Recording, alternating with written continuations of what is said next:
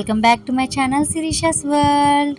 ఈరోజు రెసిపీ అండి leg piece తవా fry అండి. దీనికోసం నేను ముందుగా ఒక 2 లెగ్ పీసులు తీసుకున్నాను. ఇవి నీట్గా వాష్ చేసుకోవాలండి. పసుపు ఉప్పు వేసి ఇవి నీట్గా వాష్ చేసుకొని వచ్చాను. వీటికి మంచిగా ఘాట్లు పెట్టుకోవాలండి. ఘాట్లు పెట్టుకోవడం వల్ల మనం పెట్టే మసాలా లోపలికి బాగా పడుతుందండి. ఇలా కట్ చేసుకొని మొత్తం 2 కూడా ఈవెన్గా కట్ చేసుకోవాలి. మధ్యలో కట్ చేసుకొని మనం పక్కన పెట్టుకోవాలండి. ఒక బౌల్లో 2 టేబుల్ స్పూన్స్ బియ్యం పిండి, పసుపు, కారం, ఉప్పు, ధనియాల పొడి, గరం మసాలా, చికెన్ మసాలా, అల్లం వెల్లుల్లి పేస్ట్ దంచుకున్నదండి అండ్ పెరుగు ఒక 3-4 టేబుల్ స్పూన్స్ వేసుకోవాలి. కొద్దిగా కట్ చేసుకున్న చిల్లీ, కరివేపాకు, కొత్తిమీర వేసి బాగా కలపాలండి. ఇలా కలిపిన దాంట్లో కొద్దిగా ఆయిల్ వేసుకోవాలి. ఆయిల్ వేసుకొని ఇంకా బాగా కలుపుకోవాలి. ఇలా కలుపుకోవడం వల్ల చూడండి బ్యాటర్ అనేది ఇలా స్మూత్గా అవుతుంది. ఈ మసాలాలోకి లెగ్ పీసులు కట్ చేసుకుని పెట్టుకోవాలండి. బాగా కలపాలి.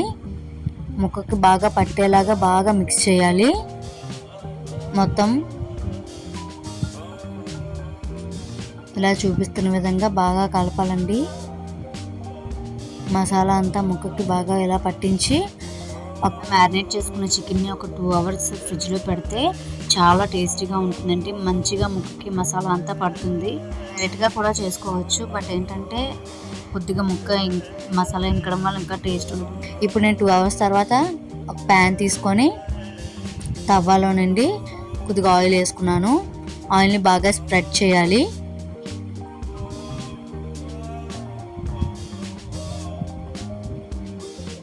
ఇలా ఆయిల్ అంతా మరిగాక ఇప్పుడు ఇందులోకి మనం కలిపి పెట్టుకున్న చికెన్ లెగ్ పీస్ వేసేసుకోవాలి. మనం సిమ్లోనే ఇది కుక్ చేసుకోవాలండి.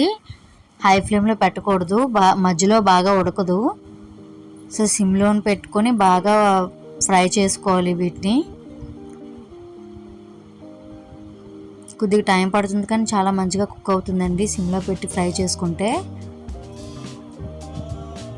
ఇలా ఒక 5 మినిట్స్ అయ్యాక మనం మూత పెట్టుకొని ఫ్రై చేసుకోవాలండి. ఇలా 5 మినిట్స్కి ఒకసారి ఇలా మధ్యలో తీస్తూ మనం కలపాలి. ఇలా మధ్యలో కలపడం వల్ల మనకి ఈవెన్గా కుక్ అవుతుందండి. అన్ని సైడ్స్ బాగా ఫ్రై అవుతుంది. సిమ్లో పెట్టుకొని చేసుకోవడం వల్ల అసలు చాలా టేస్టీగా ఉంటాయి. ఇలా చూడండి మంచిగా 1 సైడ్ ఫ్రై అయింది కదా. ఇప్పుడు బ్యాక్ సైడ్ టర్న్ చేసుకొని బాగా ఫ్రై చేసుకోవాలి.